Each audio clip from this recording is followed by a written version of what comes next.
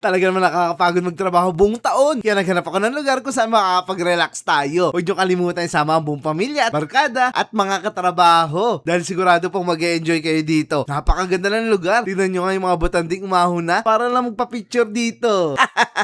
Ay, joke lang, mga ate ko pala yan. Pati mga bata matutuwa dahil ang sarap maligo dito. Pagkagising ko nga, talon ka agad sa tubig kasi nasa mismo tapat lang ng kwarto yung swimming pool dito. Napakalinis. Dito nga ako kumukuha ng tubig pangkape sa kwarto.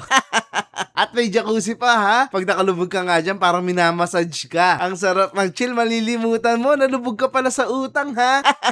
Hayaan mo na sila. At ang Sulok Beach Resort and Hotel, sa Murong Bataan, katapat lang ay dagat. Napakalinaw, tignan nyo. Maraming ako nakikita nagji-jetski at nagbabanana boat dito. Mas may enjoy nyo yung pag-swimming at water activity dahil ang dagat po dito ay hindi sobrang alat. Dahil katabi lang po nito ay ilog. Naghahalo yung fresh water na galing sa bundok at tubig alat. Kaya hindi masakit sa mata at balat. Kaya sigurado ako magugustuhan nyo po dito. Pwede nyo i-celebrate yung reunion, beach wedding, prenup, team building, birthday, breakup, break-in.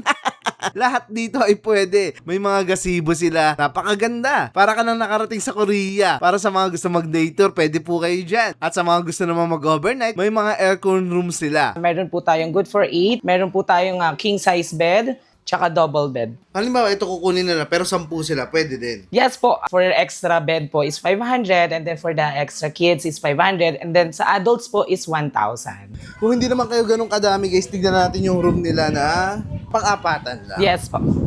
Ayun, ang ganda, oh. Sumisama yung mga barkada mo naman, oh, pwede rito. Mga pinsan mo, mag-celebrate ang birthday mo. Reunion, kung marami kayo, pwede yung mga malalaking kwarto po ang kunin ninyo. Tama silang, pet, mga alaga. Ayun sir, pwede naman po tayong may kasamang pet. So pet allowed naman po tayo. Basta po yung pet natin sir is may cage po. Ito pala, pwede guys, as long as may dala kayong mga carrier or cage po. O narinig nyo na? Pet friendly sila. Kaya kung may mga alaga kayong buhaya, pwede nyo pong isama. Kaya sa mga gusto mag-inquire, tumawag ka na. O kaya naman mag-message sa mismong page nila.